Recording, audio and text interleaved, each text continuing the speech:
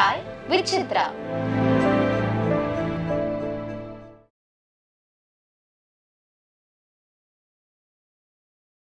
ஹரிஷுக்கு பிடித்த பாடகர்கள் அப்படின்னு யார் யாரெல்லாம் சொல்லலாம்? ஃபோர்ஸ் எஸ்பிபி சார் ரொம்ப ரொம்ப பிடிக்கும். அண்ட் எல்லாருமே பிடிக்கும். நான் யேசுதாஸ் சாரோட ஒரு ஷோ பண்ணேன். நான் டெக்ஸஸில் அவர் அங்கே தான் இருக்கார். ஸோ டெக்ஸஸில் நான் அவரோட ஷோ பண்ணேன். இன்ஃபேக்ட் இப்போ என்னென்னா நமக்கு வந்து எஸ்பிபியை பிடிச்சதுனால மற்றவங்கள பிடிக்காதுன்னு அர்த்தம் இல்லை. எல்லாருமே என்னுடைய குருநாதர்கள் தான். யேசுதாஸ்லாம் வந்து அவரை பற்றி நான் ஒன்றும் புதுசாக சர்டிஃபிகேட் கொடுக்க வேண்டியதில்லை. அவரெல்லாம் ப்ரூவன் லெஜண்ட் சார். ஸோ அது ஜெயச்சந்திரன் சார் ரொம்ப பிடிக்கும். அண்ட் பிபிஎஸ் எனக்கு ரொம்ப பிடிக்கும். பழங்காலத்து பாடகர்களே எனக்கு ரொம்ப பிடிச்ச இது பர்சன் பிபிஎஸ். அவருடைய அந்த எழுதுகிற ஸ்கில்லு, 7 மொழிகளில் அவர் வந்து கவிதைகளும் எழுதக்கூடியவர். முதல் தடவை நான் மீட் பண்ணும்போதே ஹரீஷ்னு வர அளவுக்கு ஏதோ ஒரு கவிதை எழுதி உட்லாண்ட்ஸ் டிரைவிங்கில் உட்காந்துருந்தார். போய் பேசினேன். அப்படியே தமிழில் அழகாக ஒரு கவிதை எழுதி அப்படியே கொடுத்துட்டார் ப்ரெசண்ட்டாக. அந்த மாதிரி ஒரு பயங்கர அபார திறமை. அந்த பொடி சங்கதிகள் அவர் போடுவார். அது வந்து பிபிஎஸ் மட்டும்தான் அந்த மாதிரி பண்ண முடியும். அப்படி அவரோட வாய்ஸில் சின்ன சின்ன சின்ன சின்ன சங்கதிகள் இருக்கும். அவ்வளோ ஒரு பியூட்டிஃபுல்லாக இருக்கும் அந்த சங்கதிகள்லாம். எனக்கு அவர் ரொம்ப ரொம்ப பிபிஎஸ் பிடிக்கும். நிலவே என்னிடம் நெருங்காதே, நீ நினைக்கும் இடத்தில் நான் இல்லை, மலரே என்னிடம் மயங்காதே, நீ மயங்கும் வகையில் நான் இல்லை, நிலவே என்னிடம் நெருங்காதே, நீ நினைக்கும் இடத்தில் நான் இல்லை. ஒரு எம்ஜிஆருக்கு வந்து அவர் பாடிய பாடல்கள் ரொம்ப கம்மி. அதில் வந்து ஒரு பாட்டு டியூட் இருக்குது. இன்னருகே நீ இருந்தால் நினைக்கிறேன், இயற்கையெல்லாம் சுழலுவதே, உன்னருகே நான் இருந்தால் உலகமெல்லாம் மாறுவதே. அதில் சரணத்தில்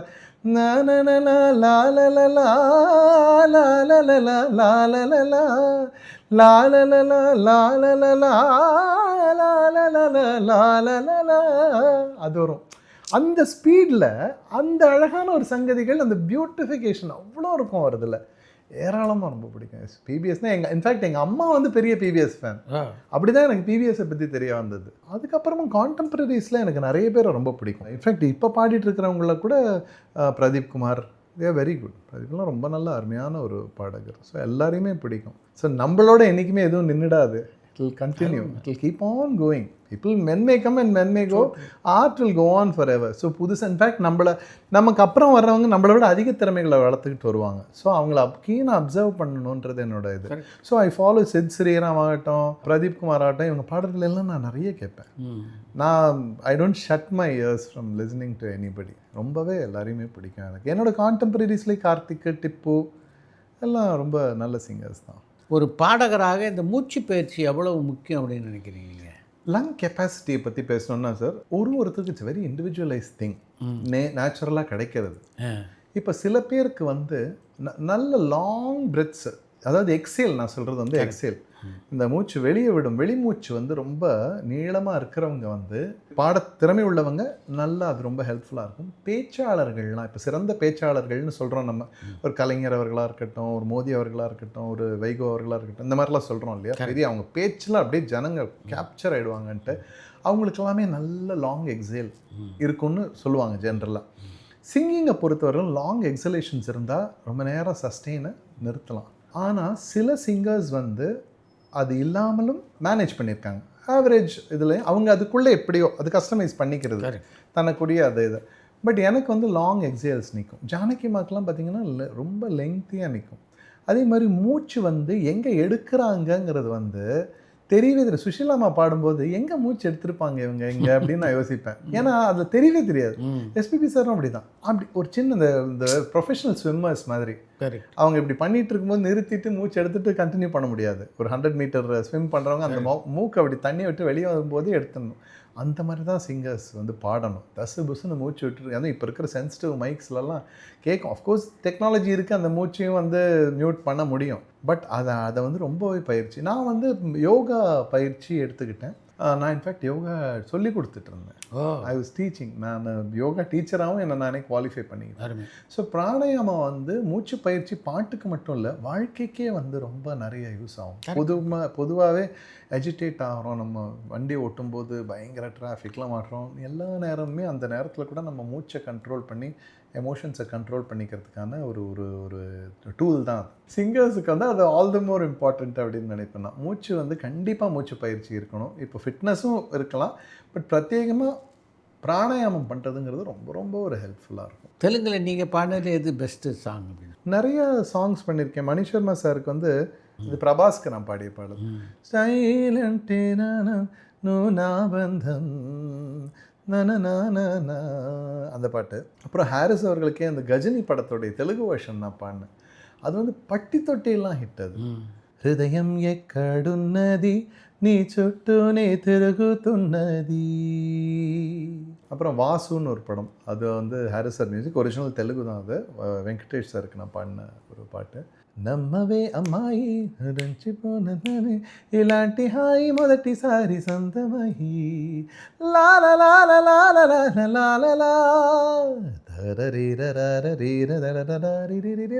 அப்படின்னு போகும். அது மாதிரி நிறைய தெலுங்குல ஹிட் சாங்ஸ் பாடியிருக்கேன். பின்னணி பாடல்களால் மட்டும் எப்படி எல்லா மொழியும் அவ்வளோ சுலபமாக கற்றுக்கொள்ள முடியுது? எனக்கு வந்து நான் ஹிந்தியும் எழுத படிக்க கற்றுக்கிட்டேன் சார். அதனால் ஹிந்தி வந்து எனக்கு எழுத படிக்க கற்றுக்கிட்டது எங்கே எனக்கு ஹெல்ப்ஃபுல்லாக வந்ததுன்னா, இந்த தெலுங்கு, கன்னடா, மலையாளம் இதெல்லாம் பாடும்போது தான்.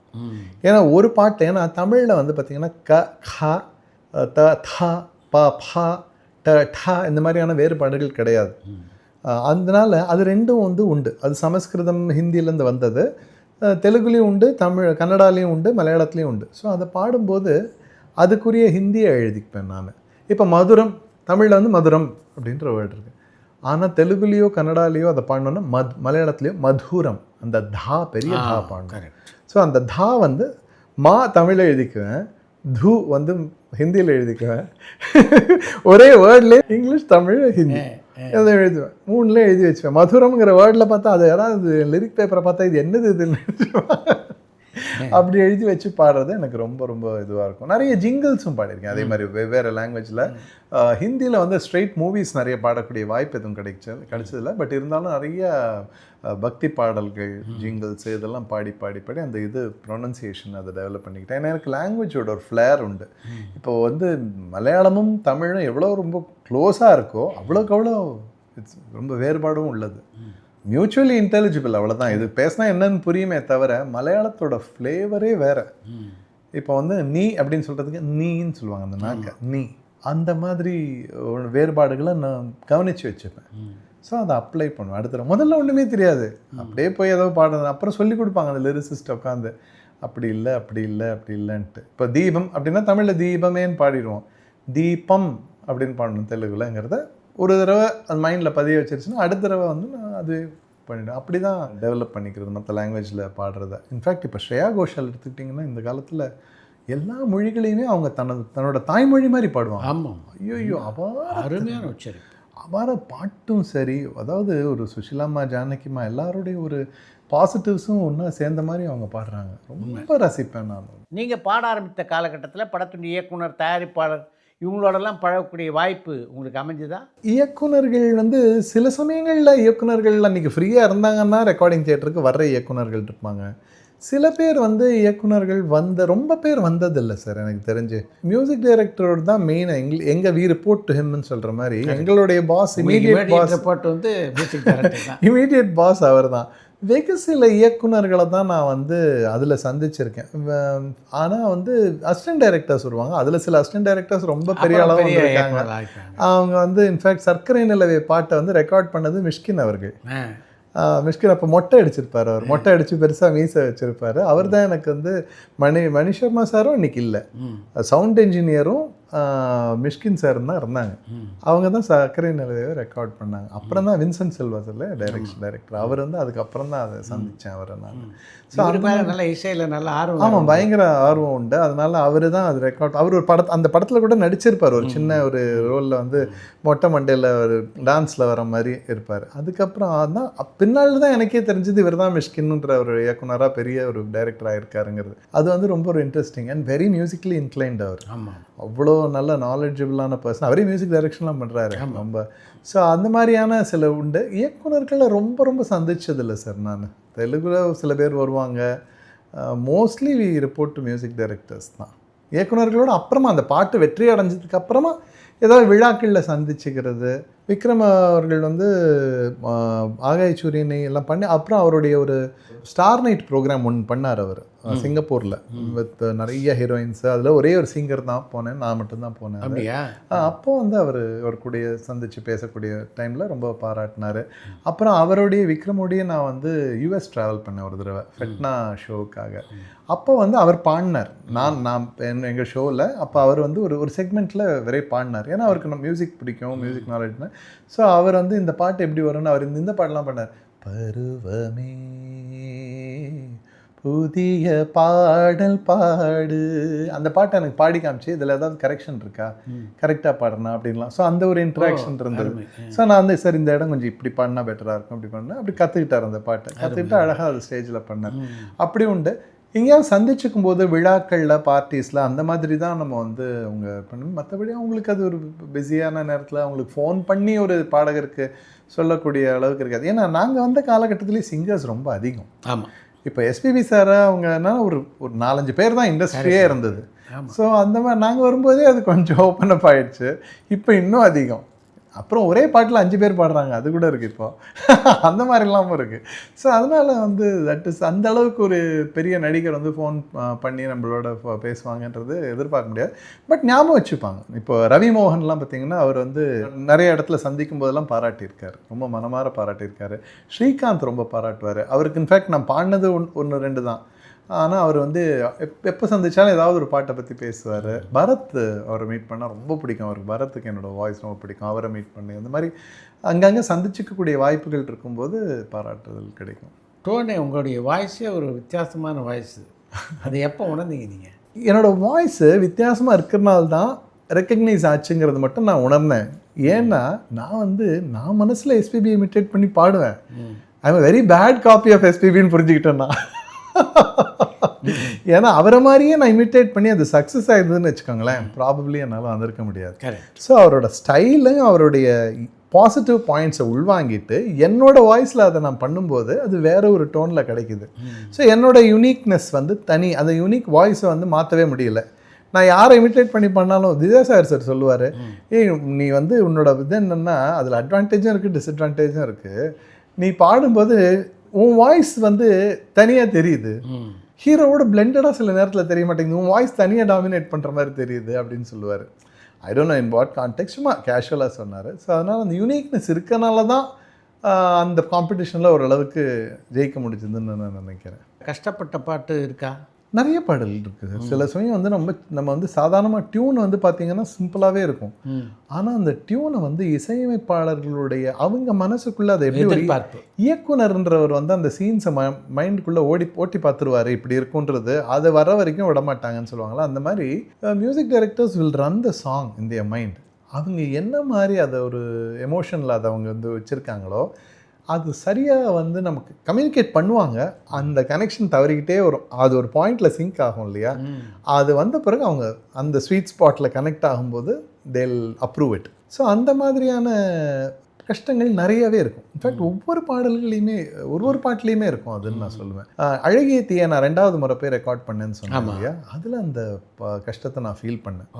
ஏன்னா அவர் ஹாரிஸ் சொல்கிறாரு, அவர் சொல்கிறது புரியுது, நான் பாடுறேன், என்ன நான் பாடுறேன். நமக்கு இன்னொரு விஷயம் எல்லா சிங்கர்ஸுமே புரிஞ்சிக்க வேண்டிய ஒரு விஷயம் என்னென்னா, composers are our mentors, they are not our enemies or அவங்க நம்மளை ஹியூமிலியேட் பண்ணுறதுக்காக அங்கே இல்லை அப்படிங்கிறத நம்ம புரிஞ்சுக்கணும். அடுத்த கட்டத்துக்கு எடுத்துகிட்டு போகிறது அவங்க ஐடியா. ஆமாம், அவங்க ஐடியா வந்து அந்த பாட்டு நல்லா வரணும், அந்த பாட்டு நல்லா வந்தால் அதோட பெனிஃபிட்ஸ் வி ஆல் ரீப்.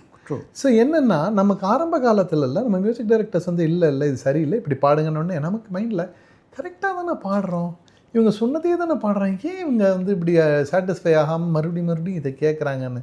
ஆனால் உண்மை என்னென்னா நம்ம மியூசிஷியன்ஷிப் வந்து ஒரு கட்டம் மேலே போகிறோம் இல்லையா, வித் எக்ஸ்பீரியன்ஸ் அண்ட் வித் நாலேஜை கெயின் பண்ணி நம்ம ஞானம் 2 படி மேலே ஒசரும்போது தான் தெரியும் அவங்க சொன்னது தான் கரெக்டுன்னு. தே வேர் ஆல்வேஸ் ரைட்.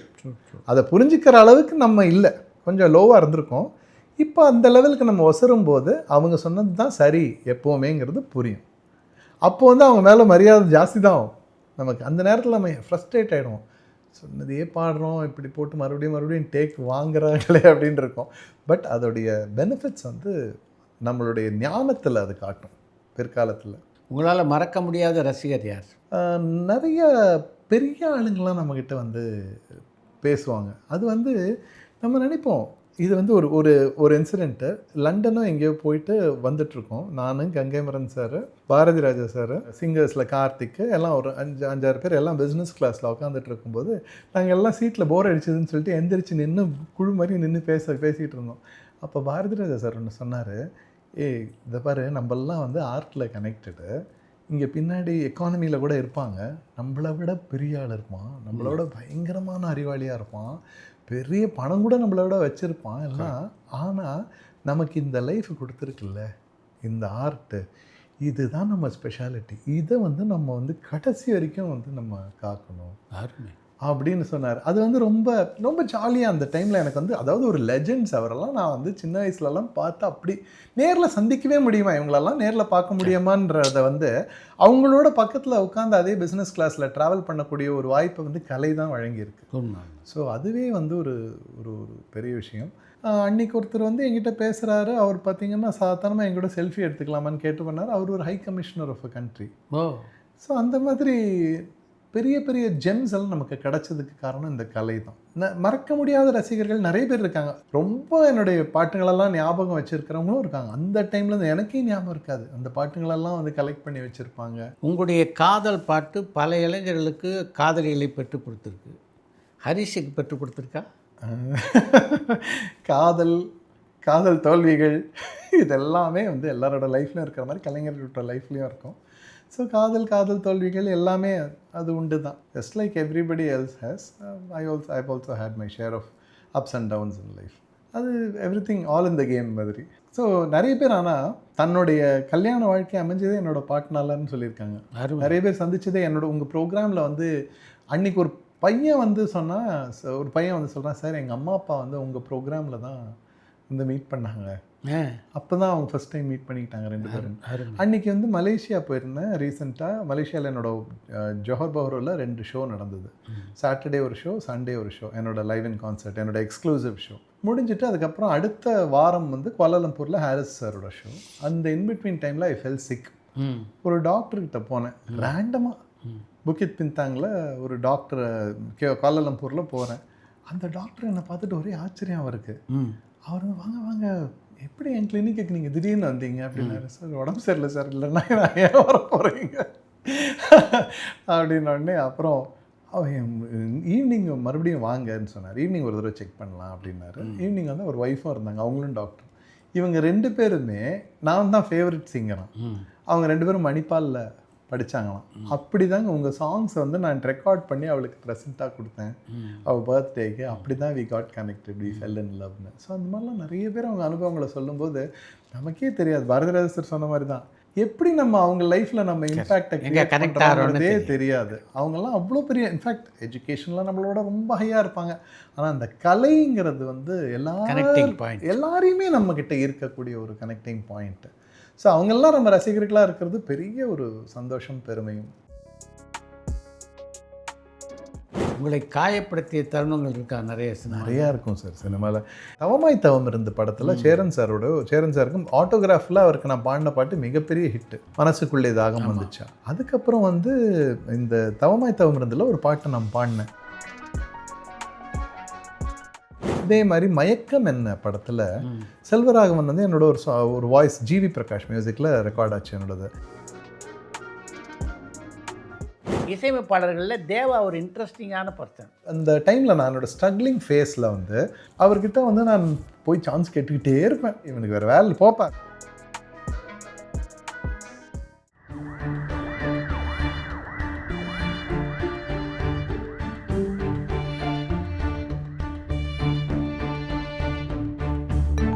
பரபரப்பான சினிமா செய்திகள், நட்சத்திரங்களின் பேட்டிகள், சினிமா வரலாறு ஆகியவற்றை பார்க்கவும் படிக்கவும் உங்களுக்கான இணையதளம் touringtalkies.co.